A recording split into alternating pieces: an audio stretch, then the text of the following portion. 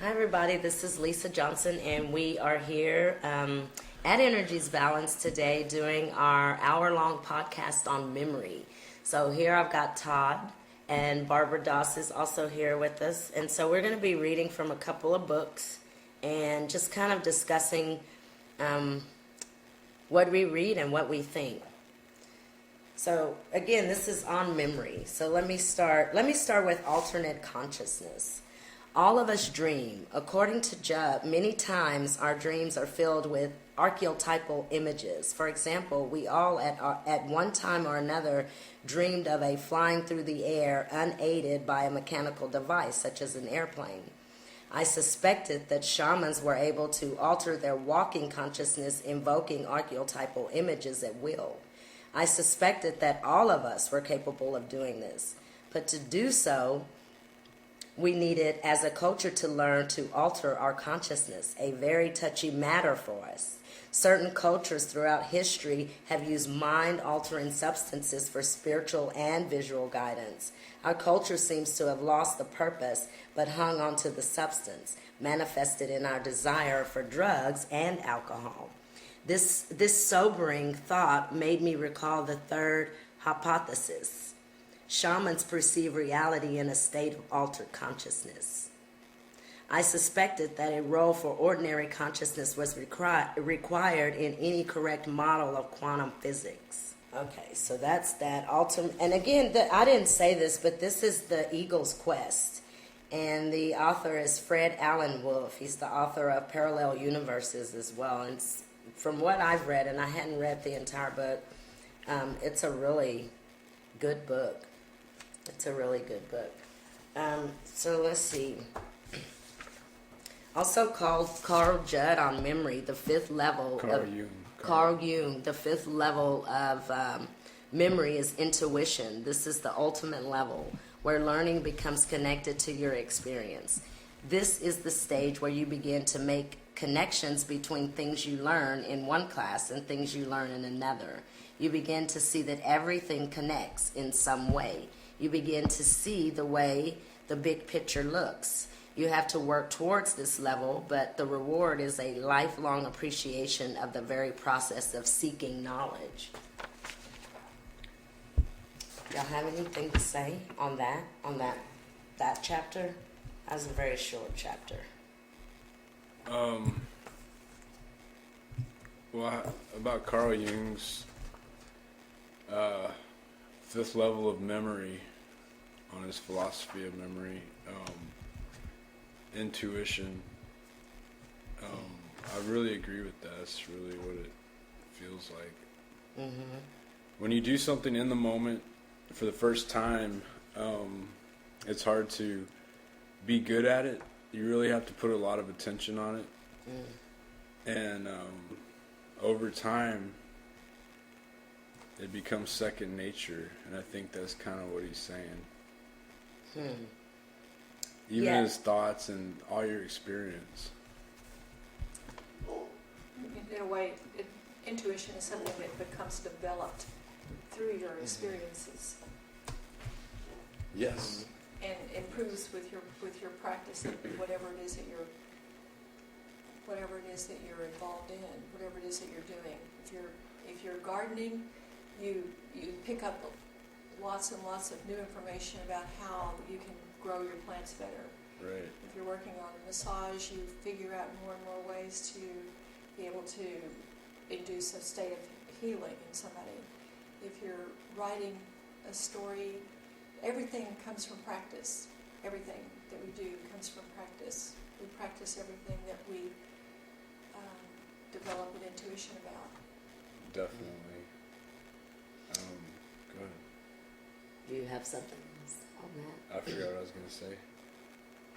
And that was that fifth level intuition was Carl Jung's philosophy of memory. And that was just the last portion that he said. I want to read something else from a book called Black Flags and Windmills. This is by Scott Crow. And this chapter is called Against Forgetting. I am an accidental warrior. I often think that random events dragged me to my place in life. Building the Common Ground Collective was the culmination of countless life experiences, some within political organizing, but mostly ones that were far outside of it. Growing up in the South, the history of social and political struggle for justice outside of electronical politics is hidden in most people. The odds are against you pushing against the grain. I had to dig deep to find it and to nurture it. It was a process outside of college, gained through knowing people and looking down my paths to find the ones that were worth walking. In my understanding of the world, whether we know it or not, whether we want to admit it or not, we are the sum of everything that has happened to us from our birth on. We are shaped by genetics, families, geography, economics, culture, and politics. Like fish in water, we live in these environments, but we do not notice them, even as they influence the choices that we make. These experiences, these times, events, interactions, and places strewn together make me who I am. They are what make any of us who we are. We can't remember it all, but these fragments are what we call life. With so many memories shaping us, how could we pick and choose which ones have the most meaning? Even events and smells, places, even words jog my memory. It is not possible to remember everything, but it is important to remember that our current actions and thoughts come from somewhere. They are built on our past. That was great, Scott. That was great. I think that's to be so with memory. I think memory is very involved. And it's not, I think from the time that we're born, events and happenings create memories, but I think that there's a longer memory. I think there's a memory of like a past memory. And deja vu, I believe that that's what that past memory is. I mean, I believe that that's kind of like a past memory. Like you're in a situation where you're maybe doing the exact same thing you did before and probably with the exact same person and just, a different body. So it's, you don't remember. You kind of remember doing the exact same thing. So I think deja vu is definitely memory, but it's memory that help us get somewhere. We were talking Friday about the rational mind, and it can only go so far. And then after that, intuition, which it sounds like from Carl Jung, that it is also memory, the intuition. And that memory, I think, is helpful. I think, there was an example in the Yoga Sutras where Satchidananda was saying if you put a baby on the edge of a table and you just walked away, and the baby started to crawl, it would stop at the edge. How or why? Do you know what I mean? Is that a memory? Or how does the baby know not to continue to crawl and fall down? Do you know? That only happens at a certain level of months. Mm. And that, I don't know whether that, because they do fall off the bed before this sense comes, or when they have that sense. Before they're crawling. So maybe they experienced falling off the bed before, Yeah. and then they kind of get the feeling through their memory, right? When I think about things like other lives and things like that, I don't know that I think that like I once upon a time was this person in the past, this figure. I don't know that I was this other personality, but and this is really probably just a very imaginative thinking that I'm sharing. It's nothing that I have real good documentation or anything, but when you think about the fact that our blood actually carries all of the components of our ancestries, and that sometimes we know things. We don't know how we know something. We don't know that we know this plant will be a bad one to eat. Right. We know this one might be a good one. Or some kind of an answer to a kind of complicated thought will just sort of like come up like a bubble coming up out of the water and then you're just saying something and you're going, and someone will say, "Where in the world did you get your information?" And then you go, "I don't know where I got that information. I have no idea. I didn't even know I knew it until I said it." Right. And, just these ideas that for me, if I want to solve a problem, if I'm feeling like my nervous system is really gotten into a sort of a traffic jam, there's too many things going, trying to understand too many things at once, the best thing for me to do is to recline and go into almost shavasana, and then somehow a solution just floats. Or just go do another task, some other task totally unrelated, and then the answer to that thing comes.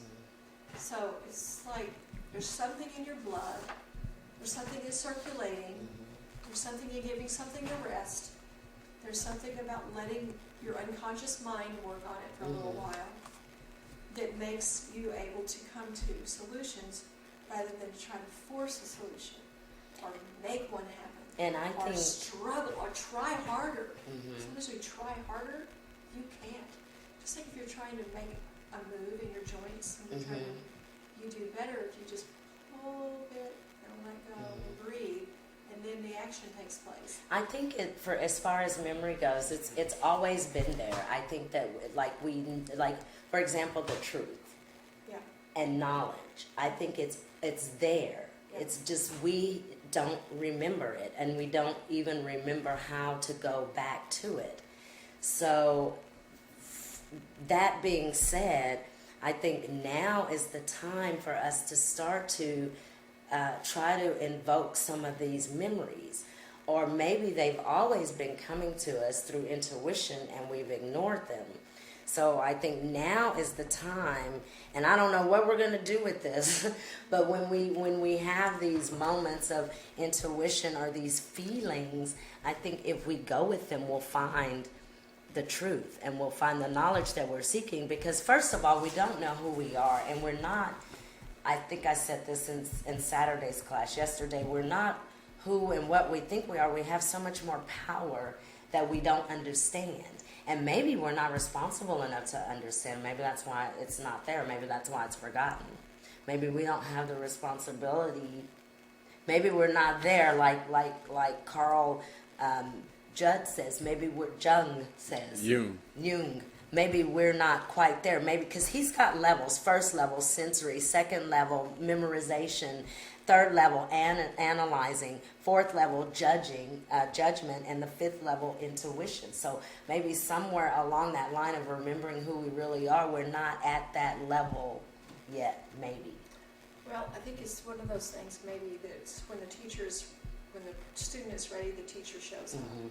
And I think that's why we have to practice patience and perseverance, but not let our personal ego struggles get in the way of our learning. And that's what's kind of hard for me, is that I do a lot of evaluating of myself, and all the time I'm thinking, oh, I'm not there where I need to be, or it's not happening like I want it to.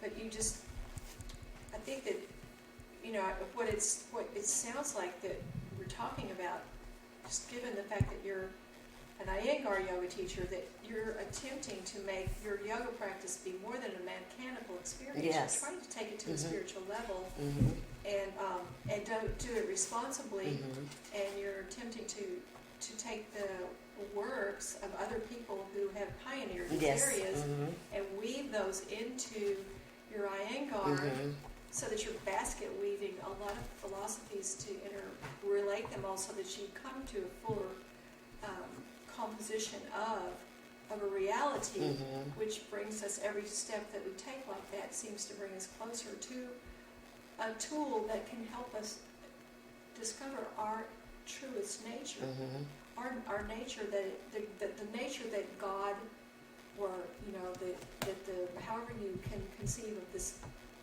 light that's way beyond us, and we'll call it God because that's a good word for it.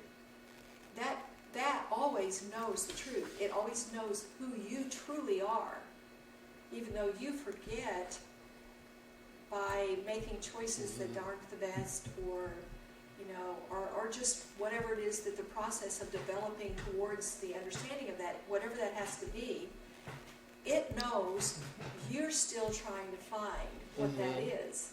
And there's a lot of the world that really poo-poos people who are trying to do that. Because a lot of the world wants everybody just to fall into whatever step the world needs them to step into and to march to that drum that they're beating. But the reason that we're starting to have a lot more value on people who march to the different drum and who listen to their inner drum is simply because we know that if the world, I feel that if we in the world are operating in accord with our truer nature, that we will be happier, that we'll be more, that the things that go on around us will be more harmonious. So we have to find a way to do that. I'm going to read another chapter from the Eagle's Quest. I just thought this is called Kumash X-Ray. I don't know who Kumash is because I hadn't read all the book. So, or it could be Chumash. I don't know. Chumash. So you say an awful lot of Sanskrit that yeah. I can't start to say. So he says, I recognize that the Kumash medicine people, like Candace, see the auric field. I asked them to explain what they saw. Coate said, we use the aura as a diagnostic tool. It has nothing to do with spirituality. We call it Kushmash X-ray. What is the aura and how do we see it? How do you see it? The aura is a glow of energy around the body. It depends on the individual, the color it has and everything. But if I'm looking at somebody, if I see some shadow there, it doesn't represent a whole. It means a chemical imbalance, chemistry imbalance. So if you are imbalanced and your whole body is glowing a kind of yellowish blue color, and all of a sudden there is a purple color by the liver, I know that the chemistry has changed and that the heat exchange has changed. Now, this doesn't tell me what has happened, but it tells me that something is out of balance. The liver deals with, on the emotional level, with anger. Anger is a symptom of frustration. Frustration goes back to having a judgmental attitude. Who were you judging when you became angry? You see this aura, but most medical doctors can't. They can't see it. So how do you see it? Doctors have too much doubt in them to see it. So what does one do to see the aura? I want to, is there. So the reason we don't see the aura is that the ability to do so has been taken out of us. The ability to do so has been taken out of us. And then I'll read the 10 senses after that, but I think that's so interesting. It is. And I think this part about reading the aura, reading the human aura, sitting by my computer, and every so often I pick it up and I read a little bit of it. And it just sounds so, it's somewhere in my roots, my root. I know there's truth in that. And at the same time, when I think of that, I think of, and what would my Episcopal minister say? Or what would my Baptist friends say? Right. The culture that I grew up in, and the ones that don't necessarily, or didn't at some time, some point that I was acquainted with what they thought, were not people that appeared to honor those things. Right. And that's a very valid point, Barbara, because a lot of people in our society, and this is our time, being the new era and all that, this is our time to let those things go. To me, those things seem very old and kind of worn out, almost like garments that we need to drop and let go of. Yeah. So all of the stereotyping and the churches and the community and all of that needs to be lost. That needs to go. That way too. It's really fake. I mean, it's not authentic. It just seems outside of our nature, not very natural to us. It was a part of a step that people were taking to try to reach that step at that time. Yes. But now it's like a place to eat and donuts with people, and, right. And just talk. Or to be judged, or to be criticized, or whatever. You know, I know for myself in my church, and I'm a Baptist, so I grew up in a Baptist church. But for me, at my particular church, it was a lot about clothing or status in the community, what job you had, things like that, what your children were doing, who was in college, who was, I mean, it was kind of a social thing, you know, and Easter Sunday was just like a kind of a parade, like a dress up fest. Right. You know, who had the biggest hat, or and those things are just not going to take us where we need to go any longer. Like That's you right. said, that was a step that was people were taking to move them to a certain level of awareness, and I think we're beyond that, and our step needs to be even more than that. And so to me, that whole Kamash's X-ray just lets me know that all of the power that we have in us, and like all of the parts that we have to us, like the aura and the causal plane and the emotional body, and then we've got the physical body, and then we have the mind, and then we have the rational mind. I mean, there's so much to it, and it all works in combination. But that lets me know that we possess and hold more power than we realize. So if we could somehow remember what that is and how to use that responsibly, I think that's where we need to go. What the direction? Evolution. Don't you think that there was a time, I can remember just little moments when I was a kid, that I could feel what it would be that I would need to do to not be ill, to change the vibration in a situation. I could breathe into my stomach and never have stomach aches. And now I never have headaches. I just don't have them at all. Because something has taught me, I've learned to manage the energy that goes into those areas. Yes. So that I don't have those anymore. I still have areas that I'm very frustrated with. I can't totally get like I want them. But like we've talked about before, very often when we have something that's wrong with us, it's really an opportunity to explore the nature of that deficiency or that whatever it is, the dysfunction in it, and in the process of exploring and solving that problem, very often you solve like a whole bunch of other ones at the same time. Once you get there, but it's something that requires. I think what I sometimes lack myself is a focus and a determination to persist in solving with repeated practice an area that needs solutions. You know, I think that I tend to float through my solutions, and I think some solutions require a more direct approach. Some things come to you better in a floating, right? But it's like learning which kind of state of mind, altered state, if you want, call it a floating state, a relaxed state, you know, an aggressive. My mind doesn't work aggressively. It won't work in an aggressive pattern.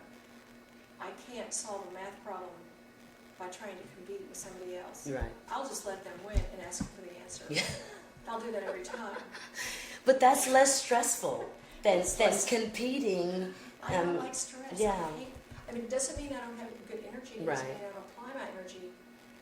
I mean, I'm very busy all the time. I'm doing a lot of things that are important to me to do.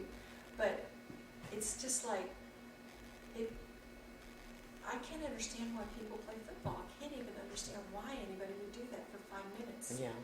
Because except if you really want to be observed by other people, and maybe there's a wonderful feeling in crashing into bodies and dragging them down and getting a ball and getting somewhere. But I just can't, for the life of me, get it. I can't get it. Well, you know, I think, but going back to what you said earlier, too, I think that when you take personal responsibility, which is what we all need to do, personal responsibility, we don't necessarily, and I am not telling anyone out there not to ever go to the doctor. I'm not saying that, but I'm saying that there are other ways to do this, and it's your responsibility. It's personal responsibility to care for your temple, your vehicle, you know, your tool.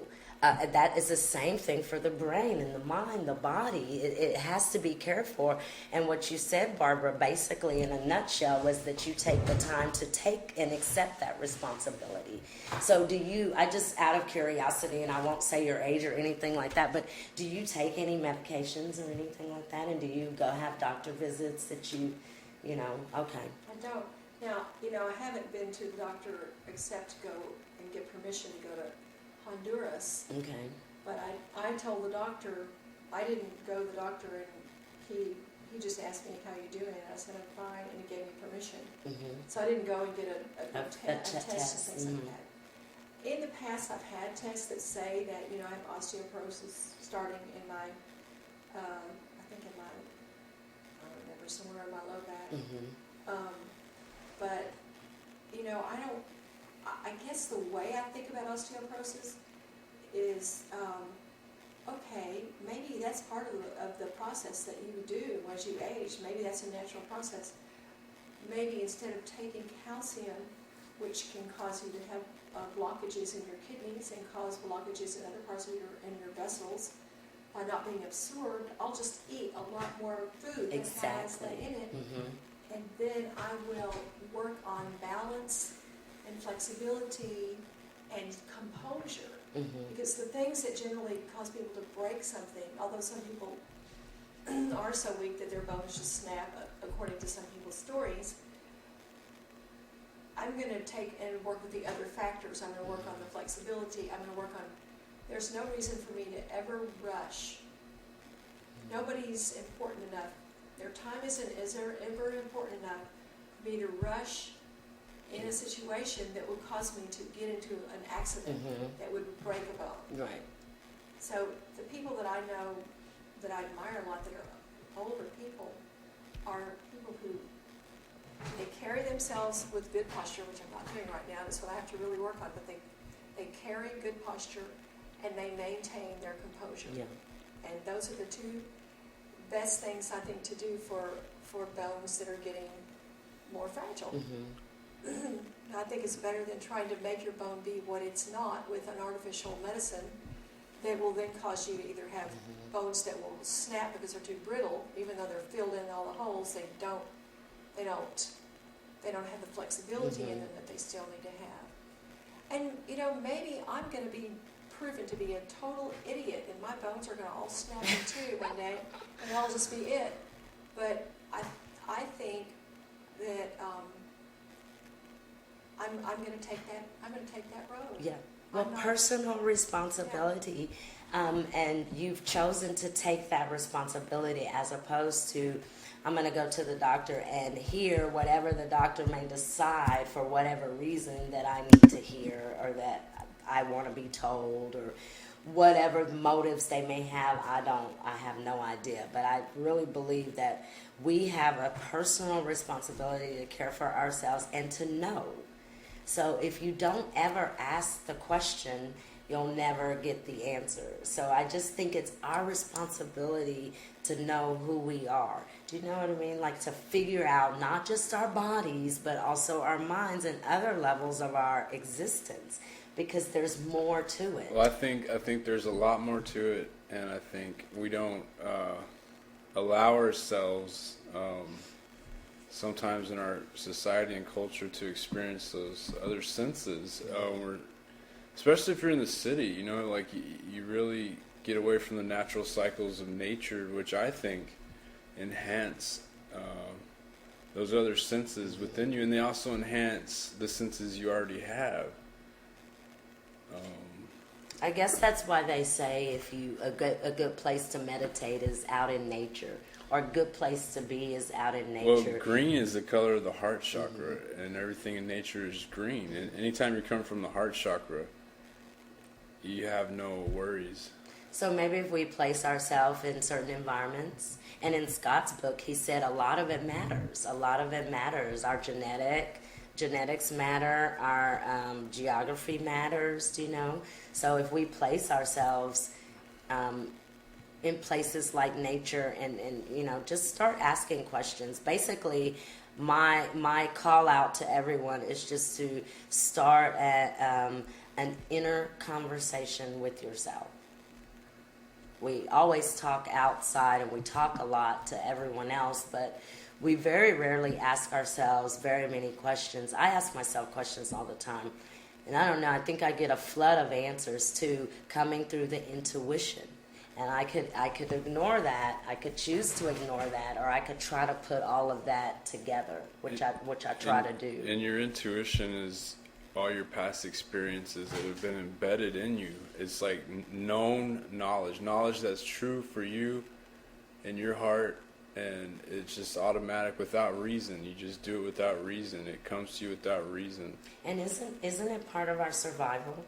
I mean, isn't it there to help us make it? Well, it's a stage of memory. And if you think about memory, the main topic of our conversation, it everything in life, everything we do involves memory, and the senses are tools for the memory. Mm-hmm. They're tools for us to evolve. They're tools for us to keep going, and for our consciousness to keep.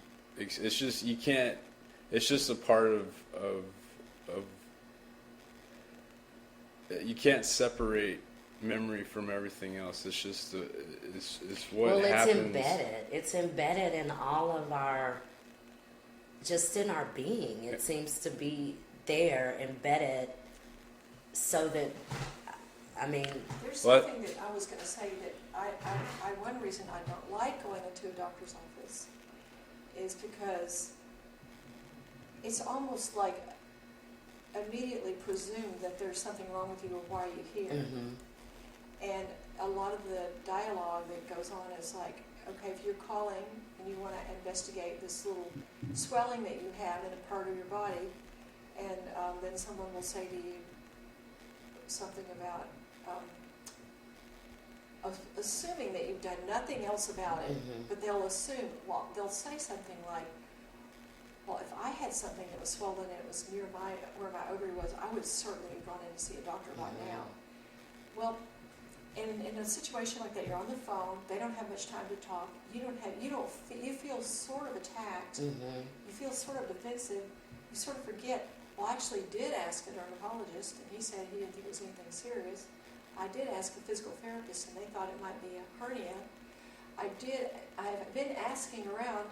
It's been there for a long time. And obviously, it's not an aggressive cancer, mm-hmm. so I'm not dying. But, to be able to present yourself as a person who's responsible mm-hmm. back to a medical professional is sometimes they don't give you the time. And if you do assert yourself and say, you will listen to me as I say to you, then you get labeled being a problem mm-hmm. and difficult person. Right. Because they're the authority, and it's the fallacy of appeal to authority, which is not true. Exactly. I have actually been in a doctor's office and been scolded when I brought up alternative healing. Yes. It's like, don't do that. No. Take this medication.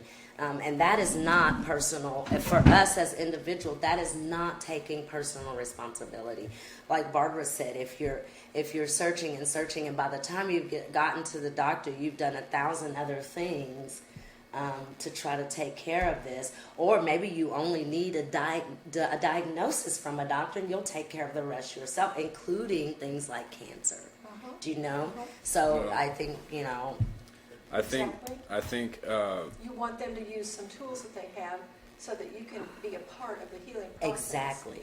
And it's interesting that they honor these things for certain ethnicities. Mm-hmm. Like the Muslims, they were saying that we needed to be able to turn their beds a certain way and all these things, mm-hmm. which we don't have time to do, of course. But the things that are most integral about healing, that might interfere with their process, their own process of, well, I just kind of think in a way it might be sort of a money-making process. Oh, yeah. They'll let you, or they'll ask the nurse to do enormous things to respond to the cultural needs of a Hispanic, mm-hmm. like take courses about the Hispanics, orientation to things, or the Muslims, or as soon as they identify an ethnicity and the ethnicity brings an issue against them in a legal situation, then there's 1,000 protocols where nurses don't even have time to do basic things for people, Now they also have to do all of that. Mm-hmm. Anyway, to me, there's a huge chasm of reality between what an administration will impose upon a caregiver Mm-hmm. and what can actually be accomplished and what actually means anything Mhm. in a real sense. Yeah. And that's why it's so impossible for me to work in a nurse setting, in the conventional nurse setting. Mhm. I can't do that anymore. Right, and that's another way that we take personal responsibility. I know that it's very difficult. I talked about this yesterday in class. For if you're in a job situation that you're really unhappy, and the collective consciousness of that job is just awful, and it's dragging you down and pulling you outside of your nature, and you ignore this for years and years and years and years, it is my personal opinion that the universe somehow brings you and pulls you out of that environment because it is not true to your nature and you're not serving any purpose or doing any good there. Otherwise, I think that it would still be there. See, I just have my whole belief is that every single thing happens for a reason. Whether we consider it negative or whether we consider it positive, it's all there for experience, all of it. Well, the way we consider what's positive and negative is based on a lot of programming in our past. Exactly. And the book I was telling you about. Programming or memory, or both. Well, it's the cultural influences and the fears that people foist upon you, and the threats about your not being successful or starving or being homeless or shelterless or things like that. If you don't do these things, then this is what's going to happen to you. And so people are afraid to walk out of a road, and they're afraid to take that untraveled path sometimes. Although I'm noticing that in this day and age, there are a whole lot of people that are both either sticking to the road to a point that they're almost driven nuts by the road that they're staying on, or they're actually really taking another road and actually making it work, which is just beautiful. I've seen that happen with some of my kids. You know, they've walked on their own road, and I've been very amazed to see how successful they've been. And I think that they have been showing me lessons. I mean, I guess your kids in some ways. I think my children were gifts to me. All of them were gifts to me. And they've shown me that they can move into a more positive and a fuller and more beautiful direction than anything I would have ever conceived for them. If I would have said, this is what I need you to do. You should do this because this is it. Right. I see parents micromanaging their families, and I think, how long do you think you could be around to do that? But it brings so much unhappiness for It does. the person that's being micromanaged. And the person who's doing the micromanaging. Right. It brings too. a lot of misery, and if it doesn't bring it right then and there, it most certainly will later. Yes. And it's irresponsible. I keep saying It is. personal responsibility and that type of parenting is irresponsible. You know, Yes. I think all the. But it's not thought of as that in our No, culture. it is not thought of it as that in our culture, and I'm sure there will be people that say, "Oh my gosh, what is she saying?" But this is the truth, and sometimes we don't want to look at the truth. We don't want to admit the truth. We don't want to see the truth, Yeah. and we don't want to dive deeper into it. But I think that now is the time, because the illusion that we've been in, or the lie that we've lived in for so many generations, it's going to end. It's It will end. It will end. It's not sustainable. It's not And sustainable. it may end in your family being very ill because of the way you've not let them be their nature, not let them find what they are, because they have to be following your program. Exactly. Or Or the you being school's very program. ill. The Oh, school. you have to take all these classes, and you have to have this and this. Some people's minds aren't even ready to do math until it's ready to do math. Well, the schools, just like the home medical field, which we touched on just a little bit. Barbara's a nurse, and we've touched on that, the medical and the nursing a little bit. thousands of things that we could say about the education, but all of our systems seem to be designed for failure. Control. They're designed to be for control. All of Absolutely. them. All of them. I You can't think of one that is 12, not. 12 years of mandatory public education on some stuff that's really not even relevant. It should really only take a child 6 to 7 years to go through everything. Well, we've got a couple of teachers that are in our group also, and they tell us about it's an awful thing, the amount of stress that the children are put under.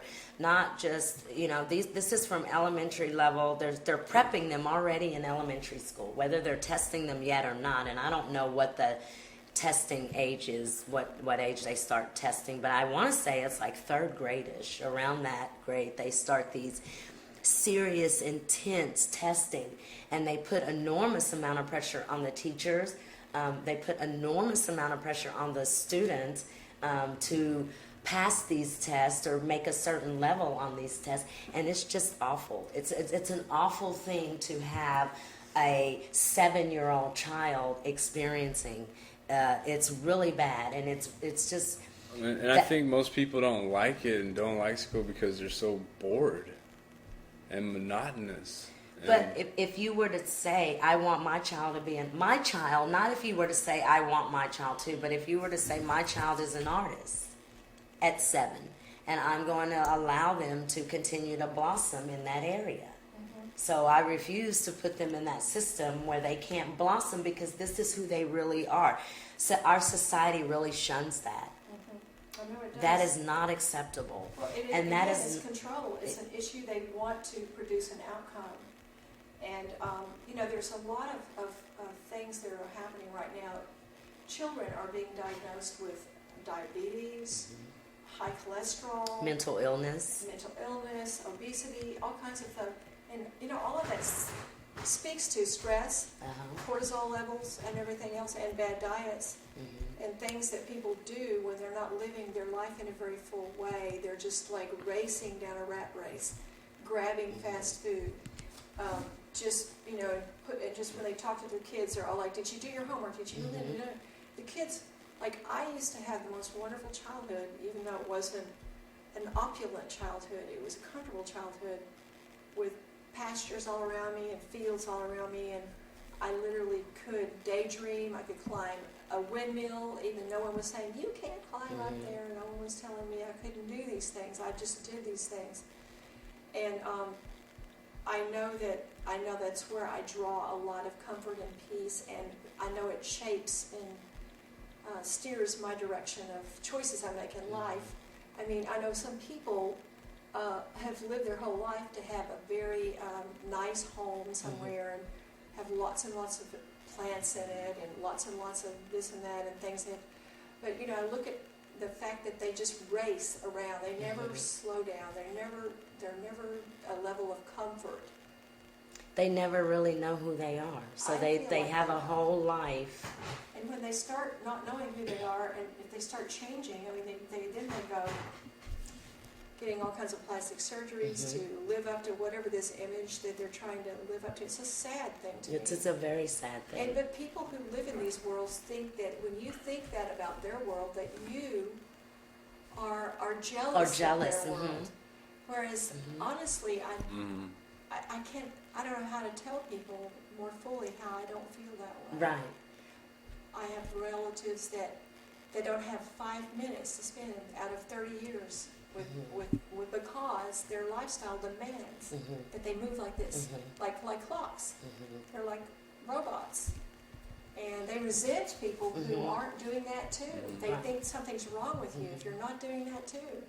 If you've decided to live with less, if you've decided to make less be more in your life, people really, I think they feel uncomfortable that they've knocked themselves out for so many things that don't bring them any more happiness. And rest is so important. Rest is important. Rest, that's what we do at the end of every yoga class, every Hatha yoga class, we rest in a pose, the corpse pose, Shavasana.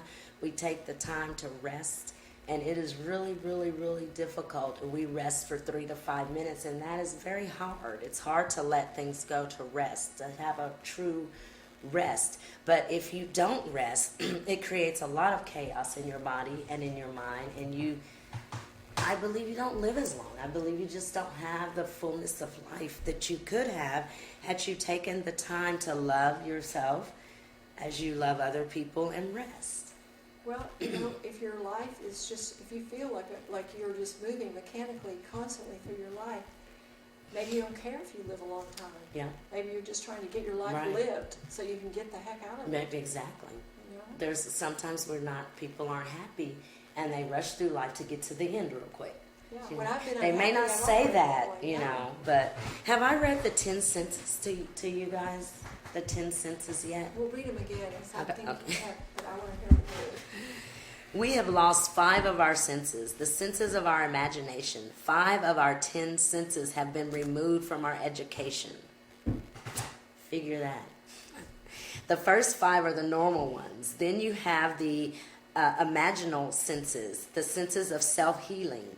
When you cut yourself, your body heals. The sense of self-destruction. If you always create problems for yourself, you will break yourself down and cause wars, illness, and whatever.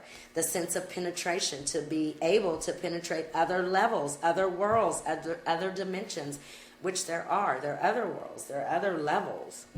The sense of perception, to be able to see and understand what you are perceiving in those other worlds. And the sense of revelation, to be able to use what you have perceived because it has been revealed to you. These are the 10 senses that Kamash works with. So that's very interesting, because we don't believe that we actually have the power to heal ourselves, or the power to understand truth. Sometimes we don't believe that the truth can be revealed to us. And that's why I say have an inner dialogue, like talk to yourself, because while you're asking yourself these questions, these answers may be revealed to you. Yes. Or will be revealed to you. I don't know how, but... And you know, one of them, read them again, it was like The sense of self-destruction, which I found very interesting in our culture, the Western culture, I'm sure does not want to hear this, but the sense of self-destruction. Now, remember, he's talking about our 10 senses. So we've got our 5 senses: smell, touch, sight, hearing, taste, and we all know we've got those, right? So these other 5 senses that we've lost through our education, we didn't know that we have. And that includes the sense of self-destruction. So if you always create problems for yourself, you will break yourself down and cause wars, illness, and whatever. So that kind of goes back to what we were just talking about, how you can get rushed to the end. Not necessarily saying, Yes, I'm rushing to the end. Yes, because you're so miserable. But there's also Self-destruction. like, there are times when a person may want to self-destruct, and they may need that skill, you know, and that maybe it'd be an important skill to have in a situation that you needed it in. Well, the thing is we use this sense, don't we? Yes, it's a sense that we use, and we probably use it A lot. in a way that it's improper. Yeah. I mean, maybe the self-destruct it would be when you reach a point in your life, your body is really frail, your mind is really worn out, you're 112, and you would like to be able to let yourself out, unlock the key that allows you to leave the shell behind and let your spirit free.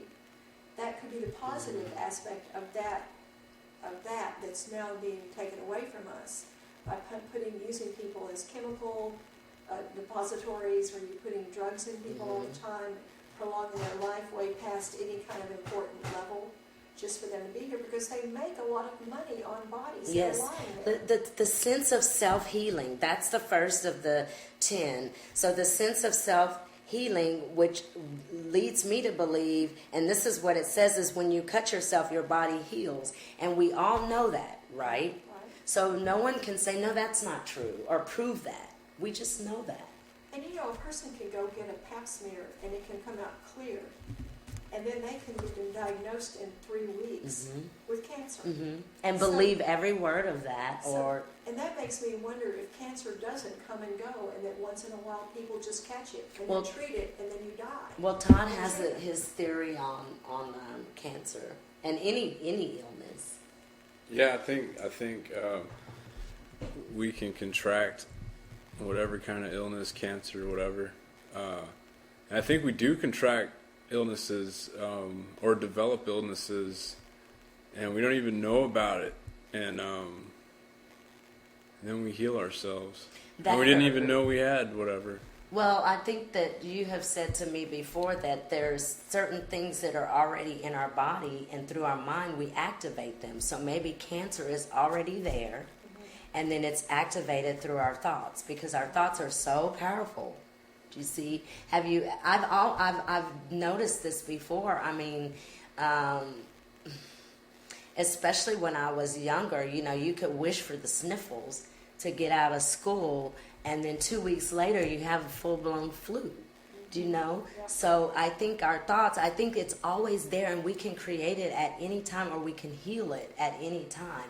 I think that the human beings have that much power. We possess that much power that we don't know about. So when you cut yourself, if you can heal, if your body can heal itself without you doing anything, I'm sure there's chance of infection, and we know all that from when Todd cut his toe, but I think that that's just our sign to say that our bodies can take care of themselves.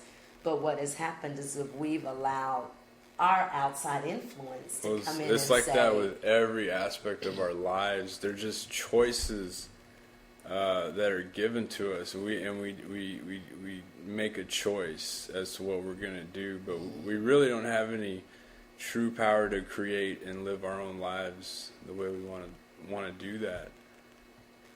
We're definitely very domesticated, and it's like being a free range chicken. We can go here and go there and do this or that, but as long as you don't break any of the million jillion rules that we've made up, you're all right. So it's very restricting to our souls. But on the other hand, I also believe, it's what we need to go through at this moment. But just understand that, we really don't make our own choices. There's choices given to us for us to make, and we think we're making our own choices, but we're really not. One thing I was going to say about penetration is being able to penetrate to other dimensions. I think one reason that people long to go somewhere else, go on a trip, go to the Himalayas, go wherever, is that in going to another really different culture, where there's another really different language, and the architecture is really, really different, it begins to scratch at the nerves of what it means to penetrate some other dimension. It begins to make people recognize that the little cage that they've got themselves in, no matter, even if it's a cage like the size of my property, or the cage that you're living in right here, we are kind of encapsulated. And we're encapsulated a lot because the process of being able to go to some other place is so arduous and so stressful. You've got your passport, you've got to be checked, you've got to have the right stuff, it's got to be searched. The right way. So yeah, you can't. It's like, how many more ways is this thing, this kind of energy, that pattern, style, got to just but shouldn't enslave, imprison us in many ways? And I think this is going to be my question. Should those things hold us back? Shouldn't by now we be able to travel without an airplane, or without a passport, or without whatever? Like we were saying earlier, shouldn't by now, or shouldn't we start moving in the direction of telepathic communication, astral travel? There are people who are doing it. There are people who are doing it. We all possess that. But when do we get to that? And so when we do get to that, we've surpassed this whole being controlled or limited by our society and our government rules or whatever we're limited by. But see, there are really no limits in our minds. We just believe that they are. Maybe we've been taught that, or that's been placed there. Well, I think that's the key, is for you to, as an individual, to realize these things and understand that you can surpass the distraction to enhance your real senses. Like the internet's great and all, and it's allowing us to do what we're doing right now, but maybe it's dulling our senses. Well, I think it's that, in a way, yes, because it doesn't allow us to create our internal equivalent of the internet, which is telecommunication with each other and astral travel and all these things that are beyond our perception, but in actuality are very physical. We just can't measure it with our sight or some of our harder senses that tell us that it's not there because we can't see it or hear it. Yeah, and we really believe that if we can't see it, hear it, touch it, smell it, that it's not there.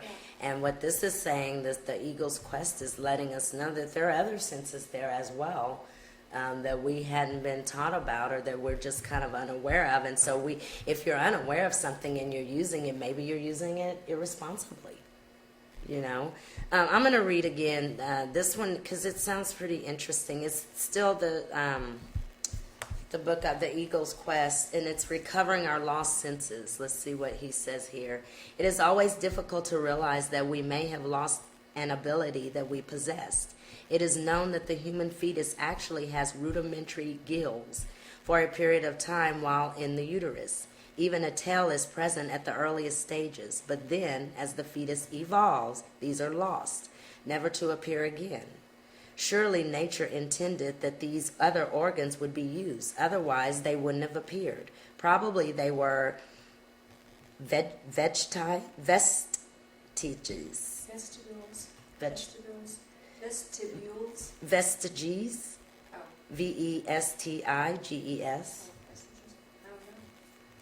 From an earlier life form from which the human being developed. But what about our ability to shapeshift, as Chris explained it, or to sense the spiritual level of a planet? Have we also evolved in such a way that we have lost these abilities too? Sounds like it. Certainly my own childhood was filled with imaginary events. Could some of them have been the sensing of other worlds? Had I lost the ability simply because I had been brought up in the Western household? I was beginning to feel that we had lost these abilities. I wondered if it was possible to rekindle them. My inner knowing told me that these other senses, the 5 senses of imagination that went beyond the immediate senses we all know about, were still there. At least they were potentially present. It was somewhat like getting out of shape. If you fail to exercise for a long period of time, it is always difficult to get back into shape again. If you have not read a book in a long time, reading it is tiring at first. Anything not practiced regularly will be difficult when tried again. You were just speaking about it takes practice repetition. Everything. And I know that because I'm so bad at it. I loved the memory of playing a fiddle when I was young, but making myself get into the habit of practicing that every day, it seems like climbing Mount Everest for me. Like, it's so hard to make that happen. No matter, even if the strong love and memory of that, partly because, when you wish to do something, you're inspired sometimes by someone who does it so beautifully. And when you start to do it the first few times, for 4 or 5 years, you still sound awful. And so that you just kind of go, my ego can't take the conflict between my imagination of how it would be and the reality of where I am in this process. Yeah. And so it causes us to give up and go, I can just never accomplish that. Yeah, and I think too, let's see, the 5 senses of imagination Oh, let's see. Perhaps the same is true for spiritual sensing. We can regain our outer senses if we practice, going slowly and not getting too discouraged if something magical doesn't take place right away. It was apparent that shamans knew they had these other senses of imagination developed. We in the Western world, not believing in the reality of imagination, dismissed all of this to the world of fantasy. They didn't. The imaginational realm was as real to them as what we call the physical realm. I then realized that we in the West are now faced with two basic problems. The first problem is our failure to believe in any worlds of experience outside of what we call reality.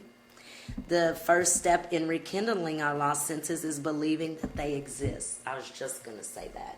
If we just put this in our thought that they actually exist, since thoughts are everything and thoughts create everything. So if we can put that in our mind that these other realities exist, and I believe that they do. We can't be the only thing here. Human beings can't be it. There has to be other realities and other things and other beings and all kinds of things there. It says you can't see what you don't believe is real. Once you believe that your lost senses still exist, you need to become aware of them and learn to develop them. The second is that because we fail to believe in the imaginal realm, we also fail to recognize information from it when it appears to us. Like our prenatal gills, we have given up half of our human senses, and in so doing, we have become less human. It's a great book, by the way. It's really good. I'd like to get that book. I've seen it somewhere. The Eagle's Quest, Fred Allen Wolf. And I think that really what I'm going to hope that us three and that others listening will just put the information in our heads that we have more than our five senses, and that we have more power than we've been told, or that we understand that we have. If we could just understand that these things exist, I think that they will come to fruition. I think we'll remember, and our memory will let us know that they exist, you know. We'll be remembering, R-E, and then remembering these parts, putting these parts back into ourselves. The fragments. I think that's why artists and writers and people like that are important, and travelers, you know, because they really are practicing a lot of what this is. And I think a writer will draw out of this other world that there are these characters that are being generated in their mind by the way that their imagination enters place with reality and circumstances. And that very often is a place where a person can work out or solve a problem in their own life. And so those are almost like accessory angels. People might call these things angels. People might call them, you know, whatever a person's, the composition of their imagination leads them to use as how they identify what these other worlds are. They're the invisible part of what we are, that lead us to a fuller knowledge of our more full self, or our complete self, or our truer self, by being able to explore these dilemmas through these auxiliaries. It's like having an auxiliary. And I know that we hear it all the time that we're all one. But I think I'm starting to feel more how we're all one. And experiencing ourselves. Do you know? Yep. So I don't believe that our experiences are good or bad. I just think that they're experiences, and I kind of believe that that's what we've signed up to do. But I think that there's a lot more to it that we've forgotten. that we've forgotten, or maybe we've allowed ourselves to forget, or maybe it was suppressed. Maybe the memory was suppressed for us. I'm really not sure of the answer, but I know that now is the time that all of this information is coming flooding back. So if you guys can allow yourselves to receive this information, and it's more than likely will be through your intuition if you can just kind of listen. I think one good guide is whenever the little thing of needing to think a certain way based on needing the approval of something is a clear sign that that's the wrong way to be thinking about it. Yeah. Well, Iyengar's book, there's a little quote, Guruji, in his book that says, oh darn, I forgot now. What was your last comment, Barbara? I was saying that whenever your imagination, when you're attempting to explore what your true nature is, whenever the voice of will so and so approve of me thinking like this, like could really see yourself as a dancer or an artist or a person who swims the Atlantic or whatever it is, and you hear this voice that says, "Oh, not that's ridiculous." No, if you're doing it to get the approval of something, that's not a good sign that you're on the road to your true nature. It's not a good sign. It's a bad sign. What is his quote? If you don't know the source of your intention, then your intention is impure. Yeah, there you go. Yeah. If you don't know the source of your intention, then your intention is impure.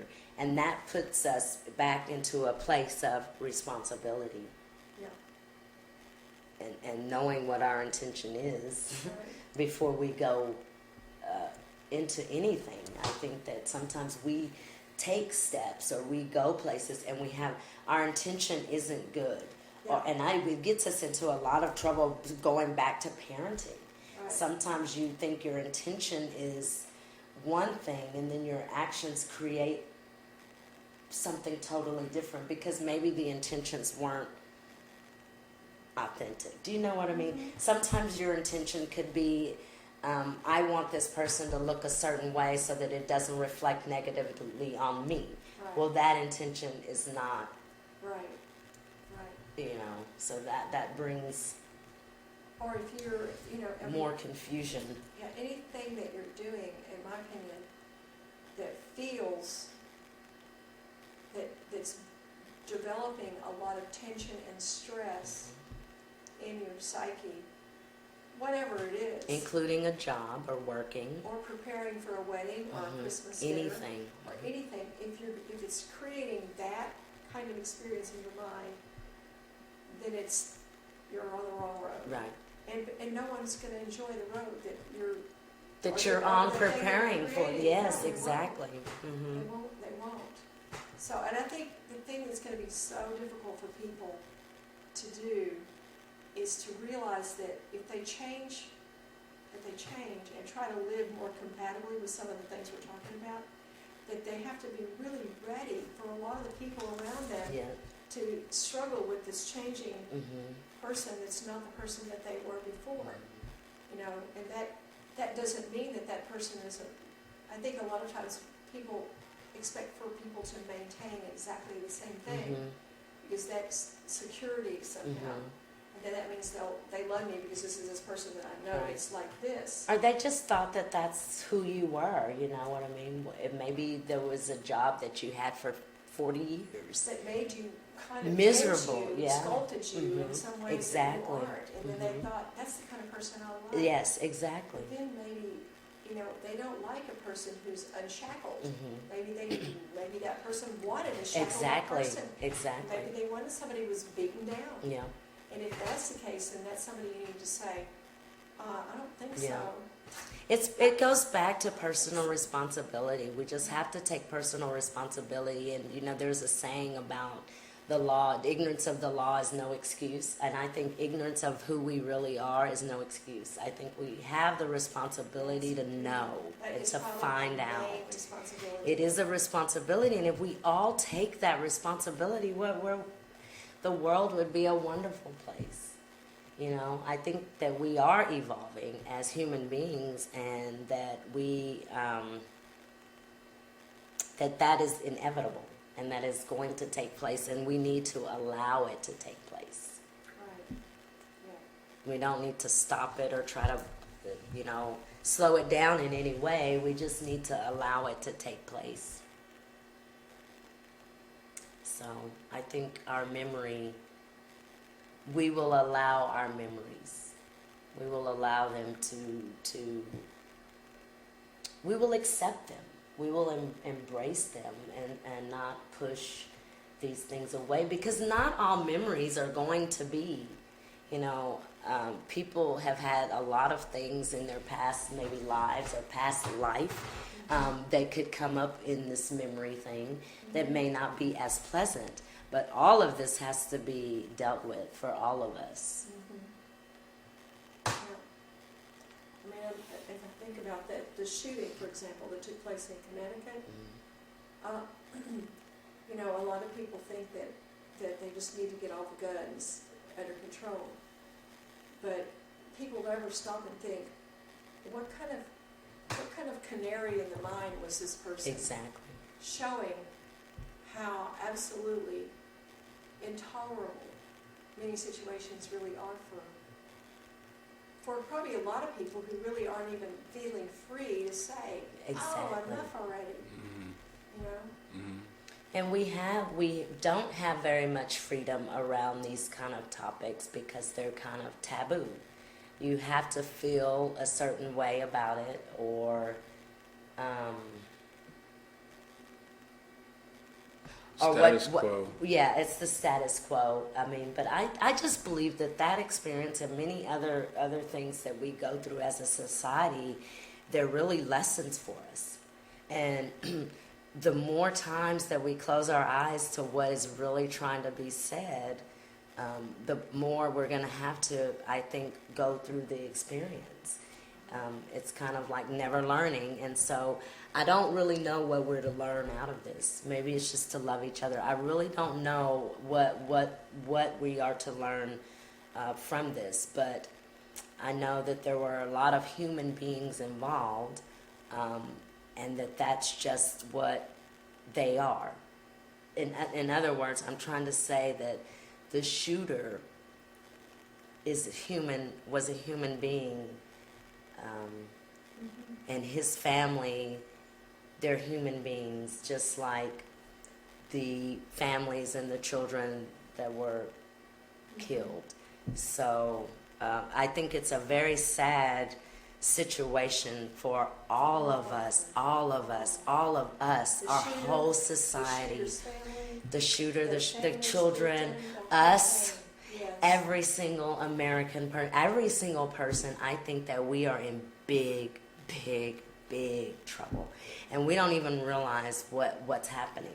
We're worried about getting the guns off the streets, and we're worried about arming teachers, elementary school teachers, with guns, and we're worried about mental illness and what his family was doing. I mean, we're worried about so many things that aren't in the direction that we need to go with this. They're not really solving the problem. They're not. When No. schools were once upon a time when schools were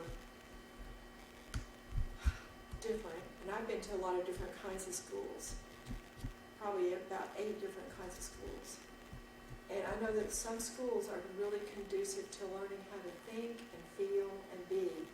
And some schools are conducive to shutting up, tightening up, trying to toe the line, and trying to make the highest mark every single day. And if they don't, then they are somehow failure. Yeah, constant competition within between each other. There's a school that I read about, because I wanted to start a school once upon a time because I went to a really wonderful school.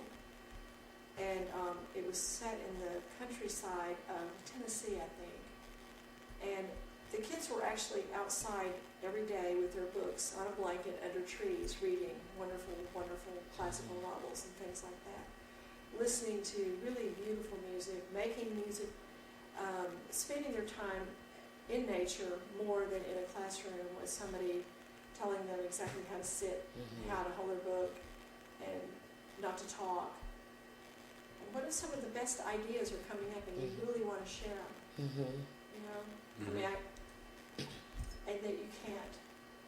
You have to just sit on it. Isn't that a painful thing to have a wonderful inspiration that comes to you and then... And it gets lost to short-term memory. And then it gets lost, it gets lost. And even you begin to feel bad that you had that thought because it wasn't on task. It wasn't on topic. It wasn't, you weren't focused on what the teacher wanted you to be focused on. And you know, here's this whole day of your life where you're in a world where you're having to focus on what somebody else is telling you to focus on. You can see how living like that could really kill your intuition. It could kill this internal developing place and turn everybody into just like workers in a hive. I think as a society we need to wake up. Now, I think the things that we've talked about and allowing, believing that we have other sides to ourselves and that we've got all this power within to change what we see, to change our existence, but it has to start somewhere, and it can't start with the systems. I don't know that going into the system and trying to correct that broken system is going to work. Now, I don't have any suggestions on what will work, but I do know that we need to quickly figure out what we need to do as a society. I noticed an example recently, a couple of things, where a company attempts to correct something that they think needs to be corrected, like the attitude of the people that are working in the employment. That everyone, when someone walks into, for example, a company, everybody has to say hello to the person as they're walking in the door. And pretty soon, I was there one day in a store, and I watched the person who was talking to me have to stop talking to me and say hello to this person walking in the door. Welcome to such and such a store. And I thought, that's somebody's put a program on these people. Exactly. And that's not, and the people walking in the door, I would look at their faces, they weren't in any way happy that someone said that to them. Right. And I walked in the door and someone said it to me, and I came around and went, hi, how are you? Remember me? I was in here last week. You know, it was like it made it be a real experience. Right. You know, and we talked a little bit more. About, and another thing is like in the hospitals when people are in psychiatric care, they have you look at them every 15 minutes, do a check on rounds and say what they're doing to prevent them from committing suicide or doing something. And so I know that anybody who really is going to be trying to commit suicide is going to recognize the pattern. And they're going to then wait for the minute that person has just come in. And then that's when they'll start to take actions, which will then now enable them to be able to hurt themselves. Right. And I mean, these ways that people try to fix things with the wrong tool Exactly. is what's not working. That's what it is. Well, I don't think they're trying to fix things with the wrong tool. I think those wrong tools are being put in our faces, and I think there's a lot of people with common sense out there that understand these things, but I really don't think that those tools that are wrong to be fixing problems, I don't think like we're choosing those tools. I think those tools are given to us, you know, through our media and through our culture and, you know, through our authorities. Like the whole idea being fed to us in this subliminal way, like we were talking about Friday night in class. Well, it's inauthentic and it's disingenuous. Yes. But in actuality, it's perfect. If I was trying to control someone, that's kind of what I would want to do, is you know, distract them. Well, let me say this. Our spirit can't be controlled, I don't believe. I don't believe that it can be controlled. And so we need to take responsibility for that. You know, there's certain parts of us that I believe are controlled and obviously can be controlled, but I believe that They don't have to be. there are other parts that can't be controlled. That we, and one thing that, you know, they always say your thoughts are your own. I mean, you could have been given subliminal messages or, you know, given certain thoughts, but it is absolutely your choice. What you want to accept and what you want to use and what you want to continue to use and continue to think. Well, one thing, if a person is distracted from dealing with somebody by saying hello to people walking in the door for hours, it's going to take them a lot longer to get through meeting the needs of that person and then get to the needs of the next person that just came in. Well, And it's then so that's what mechanical. people are there for, not to be made to feel welcome, but to have their problems solved as efficiently as possible. And it's such a mechanical thing. Hi, welcome to whatever. And the person, I've been in a store where you can hear the cashier saying that over and over. As you're standing in line over and over, you just hear that one. And it's not authentic. I mean, she doesn't actually care how you're doing, or probably doesn't want to say hi to you, or yeah. They're just like a mechanical toy that the battery's dropping and dropping and dropping because it's hard to keep saying something over and over again. And what the threat is that if you don't say that and you don't participate in that and you don't say that the way we think you should say it, then you won't get the paycheck. Yeah. And the paycheck is how you eat or how you feed your children or how you clothe yourself or whatever the case may be. And so that's kind of the what they've got hanging over our heads.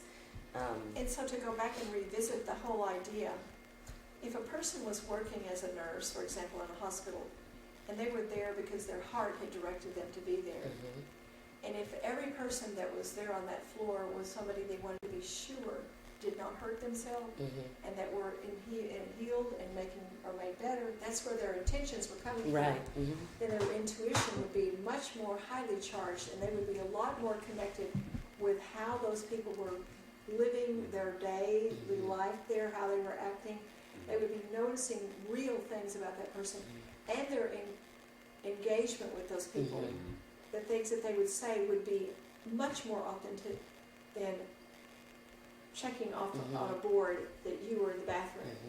And I think that people can feel that, Barbara. I do I too. think that people can, especially people that we consider sick. Yeah. Oh, absolutely. I They're think the that, most yes, they are very perceptive, and I think that they can feel when you are not being genuine. genuine. I really believe that they can feel that, and a lot of people can. You know, you kind of know when someone's talking to you in a very sincere way, and when they're just kind of reading a script. Right. You can kind of feel the difference. And you know, another thing is the name tag thing that people put on people in churches. Well, they do this partly, I guess, because they want you to be able to walk up to somebody and say, "Hi, Joe." But if you walk up to somebody and you say their name, it implies that you have paid enough attention to them that you to know their name. Therefore, you should know a little bit more about them than And their just name. their name. And so there's a kind of a hollowness about that. Instead of like we do in yoga class, instead of hi, my name is Barbara, what's your name? Instead of that, that's the way we used to meet people. Yes. That's the way we used to introduce ourselves to people. And so a hand is a touch, a connection. Yeah. You feel this person. You have a memory in your hand of a name connected with the hand. I know that in the Dominican Republic and many Latin countries, they always shake hands with people. They always shake hands, or they give you a kiss on the Our cheek. kiss. And it so much more imprints a connection with that person than to have a name tag on someone and go, "Hi, Barbara." Well, Or if just you- barely to make eye contact with them, and that's it. You know. Well, if you give someone a kiss in our culture, it's like, oh my God, Yeah. what is this person doing? Do you know? And it's also, it's like Or we think, oh, they must be from somewhere else.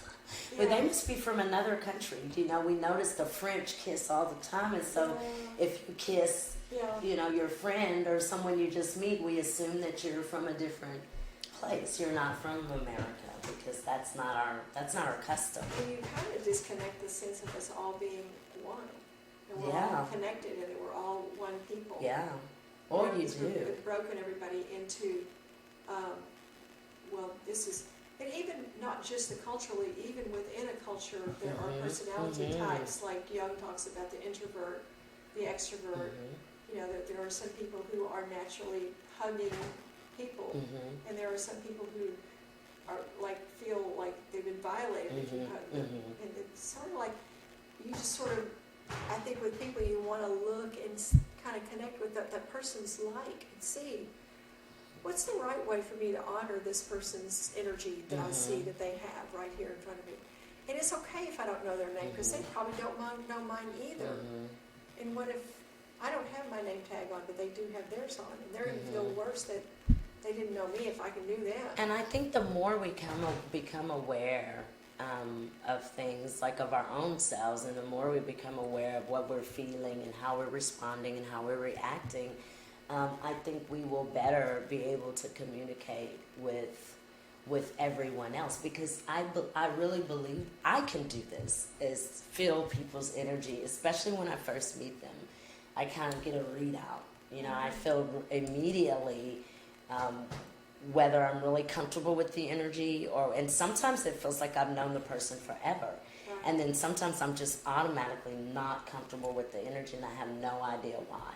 I mean, I've actually like stopped in my tracks and turned away from people before because I felt something that wasn't the place for me. Do you know what I mean? Yeah, me too. And so I think we all have that ability, and if we would use that, Yes. do you know what I mean? I use that in Yes. classes, and like our Saturday class is huge class, so I have to kind of quickly get to pick up the energy of the room and pick up the energy of the people that are in the room. Yes. And then I this know whole that's collective type of energy that's there. I know what that's like. I've done that with patients.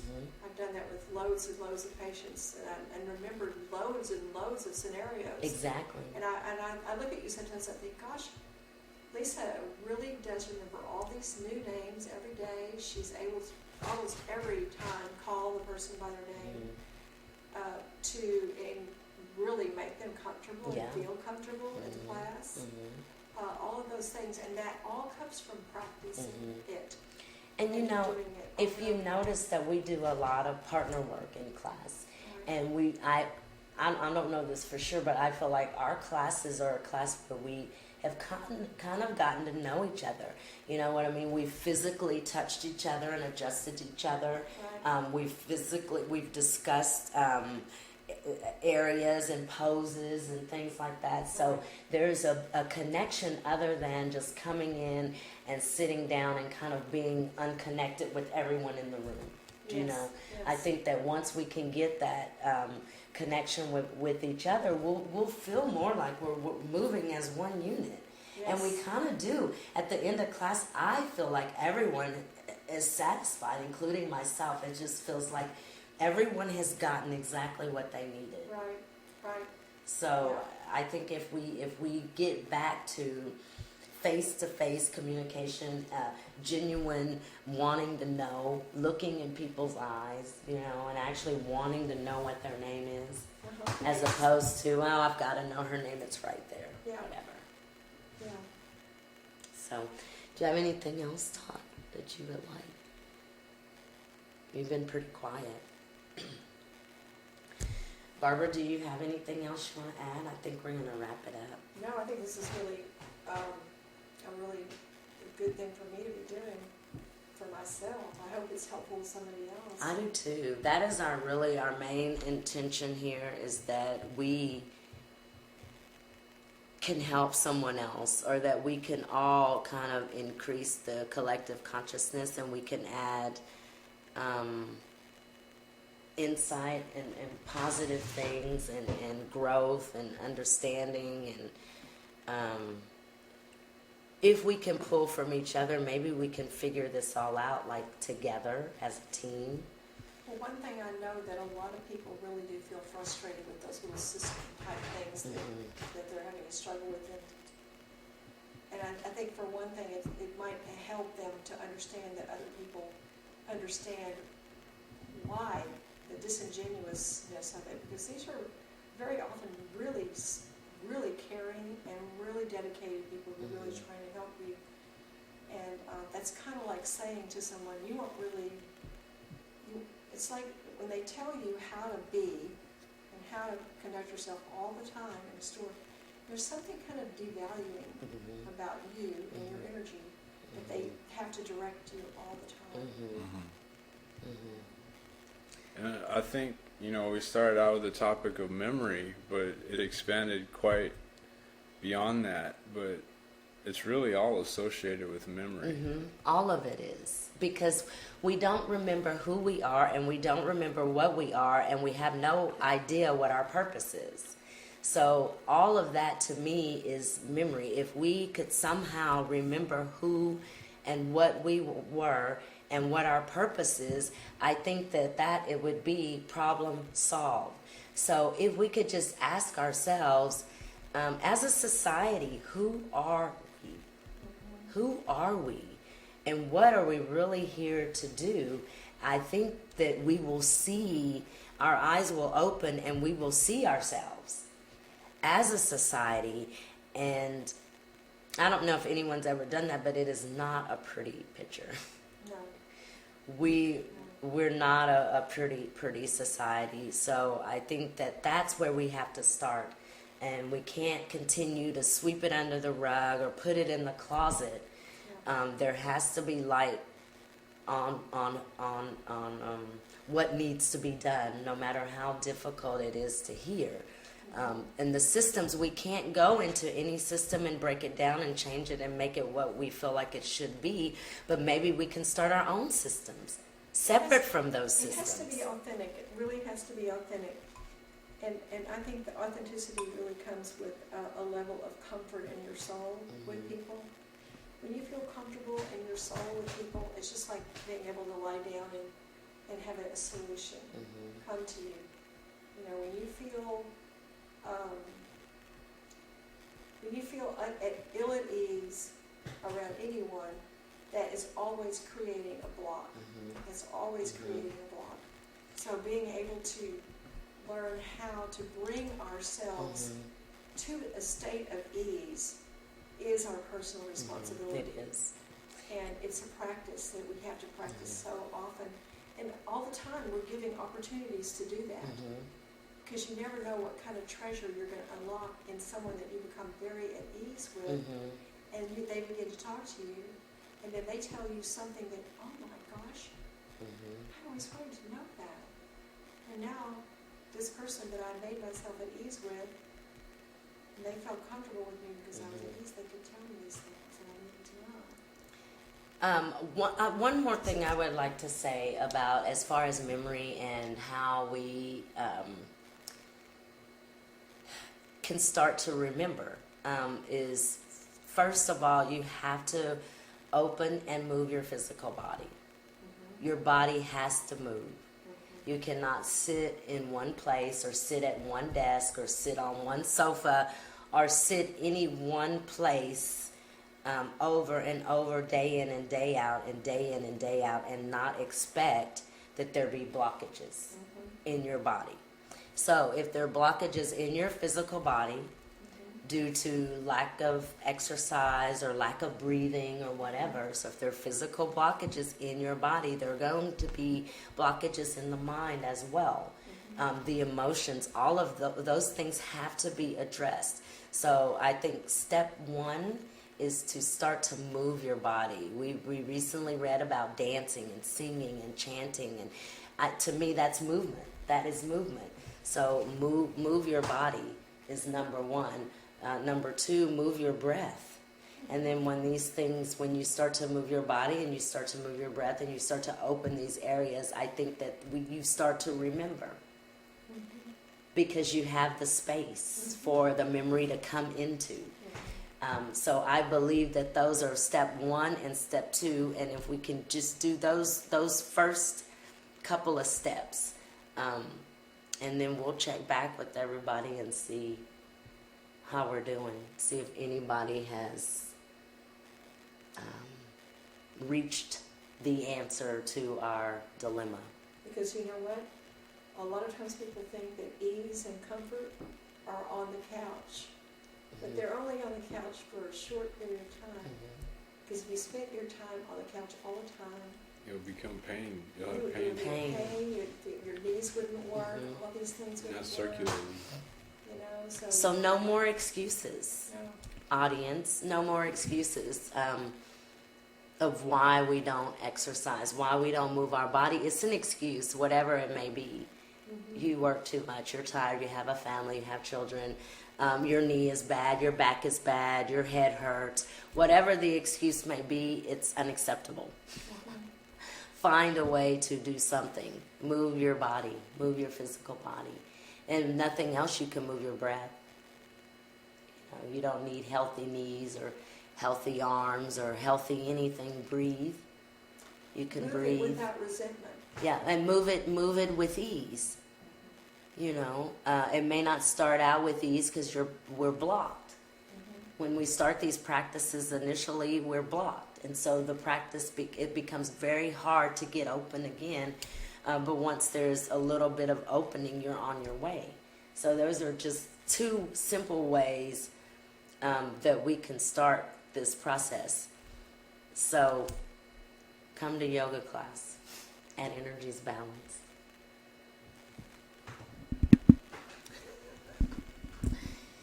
The end.